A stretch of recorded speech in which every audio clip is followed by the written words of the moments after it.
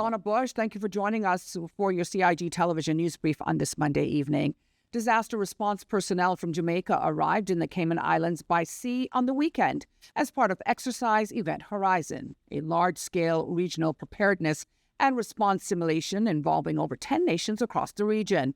The arrival of the disaster response teams by sea underscores the importance of maritime coordination in delivering aid to affected areas during real-world emergencies. This is a temporary field kitchen. Yeah. Just use our, just in case you go outside, you can just use it temporarily. And a really important event, not just for Cayman, but for the whole region, as we work with the UN, Jamaica, Bahamas and Turks and Caicos Islands to bring us all together to practice disaster scenarios and response.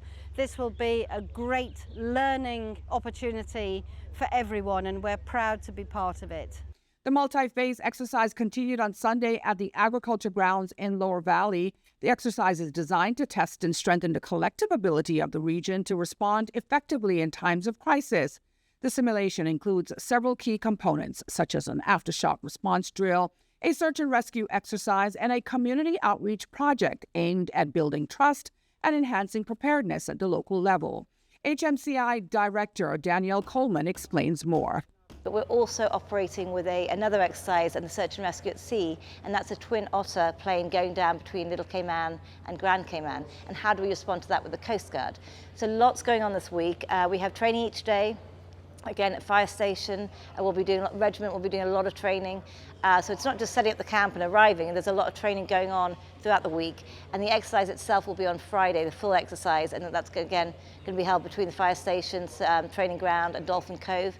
And that will really test us. What we've learned this week will be really show at that point of how far we've come, hopefully. And again, a lot of this is about working together, creating those partnerships, working as a team, a unified force. Her Excellency Governor Jane Owen and other invited dignitaries, as well as senior civil servants, were given a tour of the base sites as they were being set up. The Bahamas contingent showed the 20 and 40-foot containers they use post-disasters. The containers, which are efficient and set up as real environments, are used for accommodation, kitchens, medical centers, and much more. So this is really testing the mechanisms. How do we work together? How do we invite outside support coming in the form of first responders, in the form of the military and other agencies to help Cayman respond effectively and recover from such an emergency. So again, the troops arrived between Friday, Bahamas arrived on Friday, Jamaica arrived on Saturday, and this is now setting up the camp, working together.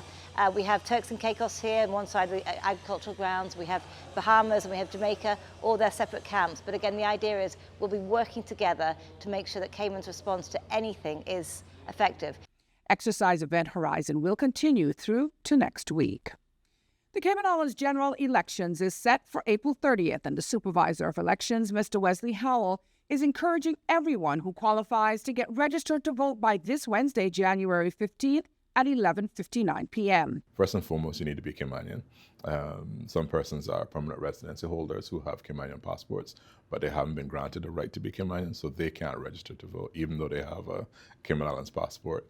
You also need to be 18, but because the election date has now been announced, anyone who is currently 17 that turns 18 on or before April 30th can register now.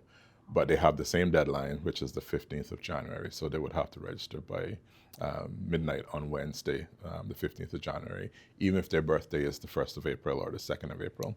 And then the person needs to satisfy some other criteria in terms of being a resident in the Cayman Islands, or if they're away from the Cayman Islands for more than 2 years out of the last 4 years.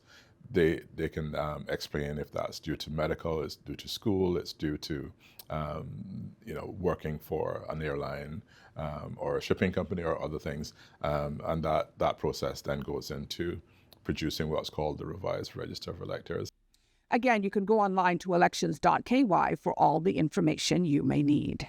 Turning now to our weather outlook for this Monday, the synopsis calls for light winds and seas, which are expected over the Cayman Islands area for the next 24 hours. That's due to a slack pressure gradient over the Western Caribbean region. Radar images show scattered showers south of the Cayman Islands area that are drifting towards the west. Tonight, expect partly cloudy skies with a 30% chance of showers. Seas will be slight with wave heights of 2 to 4 feet. The 2-day outlook is for light to moderate winds and seas through to Wednesday morning. A reminder to check out the best source for local weather coverage online. That's the Cayman Islands National Weather Service's website, as well as their Facebook page. If you're watching us on the Cayman Islands Government's YouTube channel, we ask that you just take a moment to like, share, and subscribe for the most accurate local government news. Thanks for joining us. I'm Donna Bush. Bye-bye for now.